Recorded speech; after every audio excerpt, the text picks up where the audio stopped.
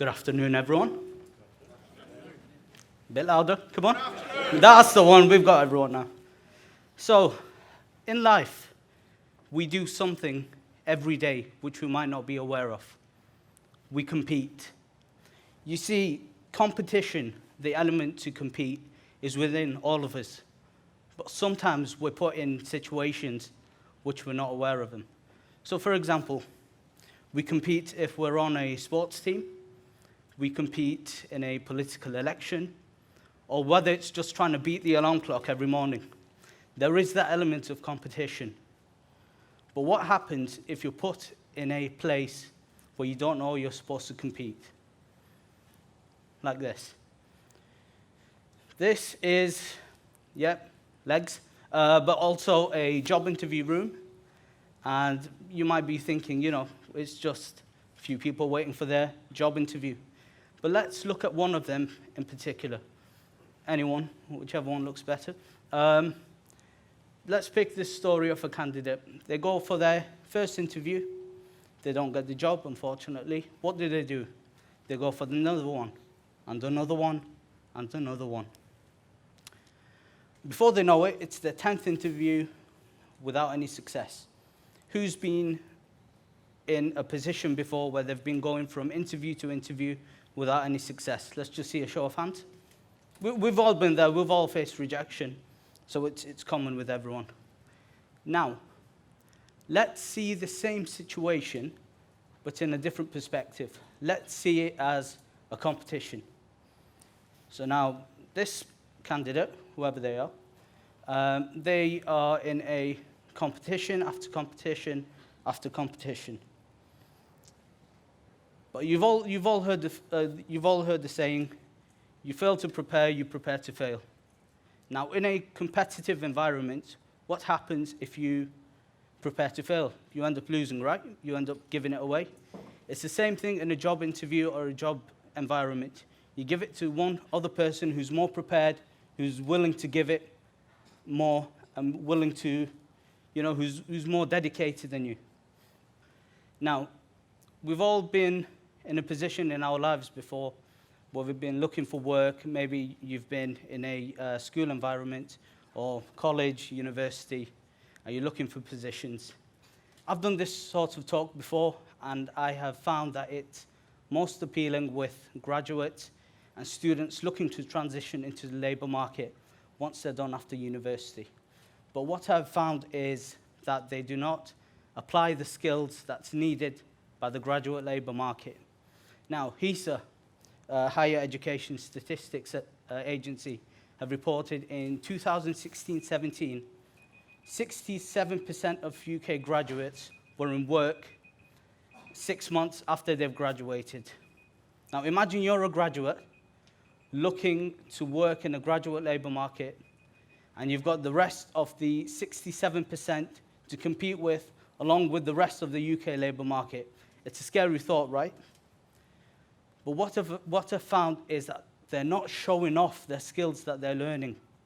And they're not in a position to actually apply those in a learning environment. And that's the difficulty we're facing nowadays. And unfortunately, it's sad that I'm here saying this because we have got some tremendous graduates with an enormous amount of talent. For example, look at this event. TEDxUniversityofBolton, a student-led event. Volunteers have spent hours after hours after hours trying to... there's an event going on there. Sorry. They've spent hours after hours after hours getting this event sorted. They've worked every day. They work daily, sacrificing their time. Can we just please give a round of applause for the TEDx volunteers?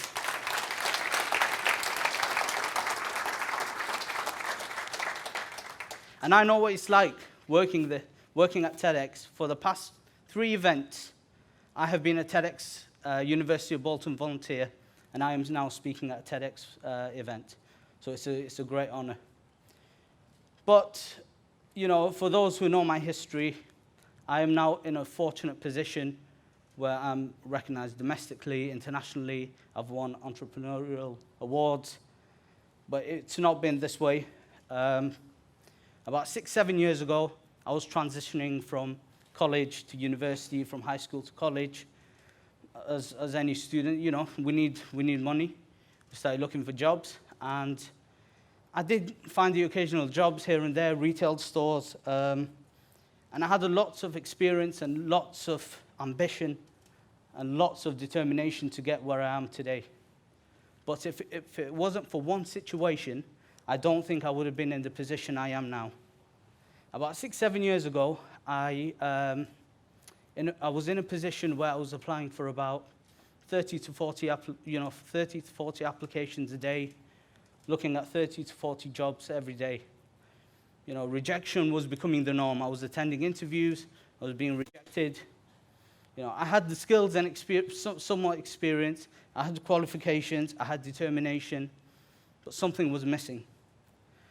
So I spoke to a mentor that I had at the time, and I told him, look, I'm applying for these jobs, I'm not getting anywhere, I'm doing something wrong, I just need to find out what I'm doing wrong. So he told me, and this is one piece of advice I'd never forget, he told me, you're young, you've got tons of qualifications, your determination is there, you're not applying yourself, you're not showing up, you're not showing off. You need to think differently, you need to approach the graduate labour market differently, you need to speak to people in that market. And that's what I did. So instead of applying for 30 jobs a day, I applied for maybe 6-7 jobs a day, but I was aiming for the big dogs, you know, no retail stores. And there was an opportunity that came about where a large American organization opened a branch in the UK. And I applied, you know, I had nothing to lose. I applied, I gave it my all on the application. I got the interview, and sadly I was rejected from the interview. However, a couple of days later, I got a phone call from the HR department, and a gentleman on the other end, he said, listen, we were really impressed with your interview, but we'd like to give you a bit of feedback. So I was a bit surprised, you know, it's usually the other way around. It's me asking them for feedback. And so I said, okay, I can accept your feedback. And he said, look, we've spoken to the management team, and he explained to me that the management team were very political, very top-down, you know, everything had to go politically. And they said I was a threat to their management system because of my age and because of the business strategies I was proposing to them. I would soon take over their job, and that's why they didn't want me there. Now, at 18, 19, 20, you know, hearing these words, a threat to the management, I didn't know what to take from that. But once I digested that, that was the kick I needed to get to where I am today. If I didn't hear those words, and if I didn't know my potential, I could never reach my potential. In my work, I have researched the graduate employability market. I've researched the graduate market, graduate positions. And one thing I've noticed is that there's 3 different stages, 3 different elements. And I've spoken to alumni, I've spoken to employers. There's 3 different aspects that alumni and employers wish they did at university to enhance them in the graduate labour market or to prepare them in the graduate labour market. First of all, skills. Nowadays, everyone has got the common skills, communication, listening, teamwork. You know, everyone has got those skills nowadays. What employers are looking for, you know, times have changed. The market has become more innovative, it's become more dynamic, it's become very fast-paced. So what employers are looking for these days is the skills that no one else has, or very few people have. So I'm talking about creativity, innovation, critical thinking, those type of skills, and the only way to get those skills is to go out and get them. Look, the world meets no one halfway.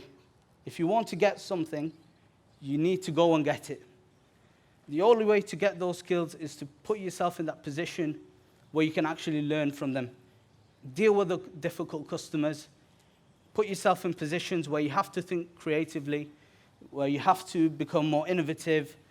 You have an idea, you need to develop it. Look, with my previous work, I have developed an enterprise lab with a training center.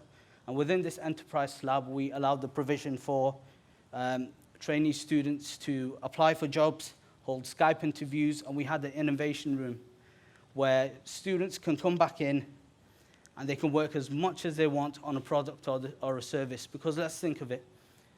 Someone once got tired of speaking on a phone with a wire and developed a mobile phone, and that's $1 billion market. Someone once got tired of driving a car for long distances and came up with an aeroplane, another $1 billion market.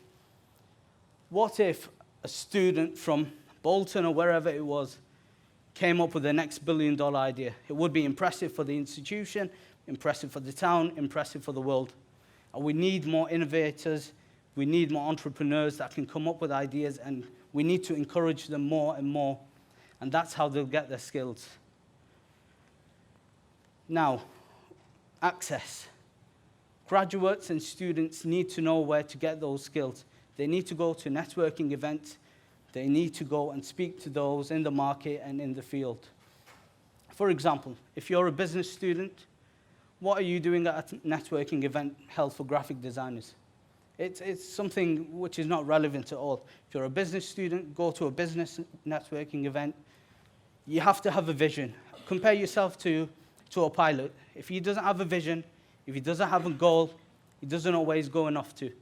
You have to have a vision. You have to know where to go and where it's going to take you. And everyone's going to face rejection at some point. I have not been in the position I am today. You know, it's not been plain sailing. I've faced rejection after rejection. Walt Disney was fired from a newspaper because he didn't have enough creativity. Michael Jordan was cut from his basketball team because he was told he wasn't good enough. The Beatles were told they didn't have a future in business, in the music business. I think you all heard of the Beatles. They might be a bit successful. But after all that, you need to have resilience, you need to have the confidence to keep pushing and to keep going after what you're aiming for. If you have a dream, you need to protect it. Don't let anyone tell you yes, no, or maybe. It doesn't matter what they think. You need to get the skills. You need to know what you're going for. You need to speak to people that will help you to get where you're going. A brilliant talk this morning by our apprentice stars at the front here. I liked the bit where they said, you know, you need to hang around with like-minded individuals. They will get you to where you want to go. There's no point in hanging around with someone who's going to discourage you from where you're going. You need to be with people who will encourage you to take you to the next level. And that's what you need to go for. I'd like to end with a quote. Our deepest fear is not that we are inadequate. Our deepest fear is that we are powerful beyond measure. It is our light, not our darkness, that most frightens us. Our playing the world small does not serve the community. There is nothing enlightened about shrinking so that others won't feel insecure around you.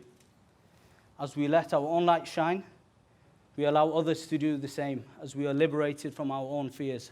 Our presence liberates others. Now, to finish this off, I'd like all of you to stand up, please. It's a lot of standing up, I know, sorry. Put your right hand in the air and repeat after me. I am great. I'm great. Bit louder, come on, guys. I'm amazing. Ain't nobody better than me. Thank you very much.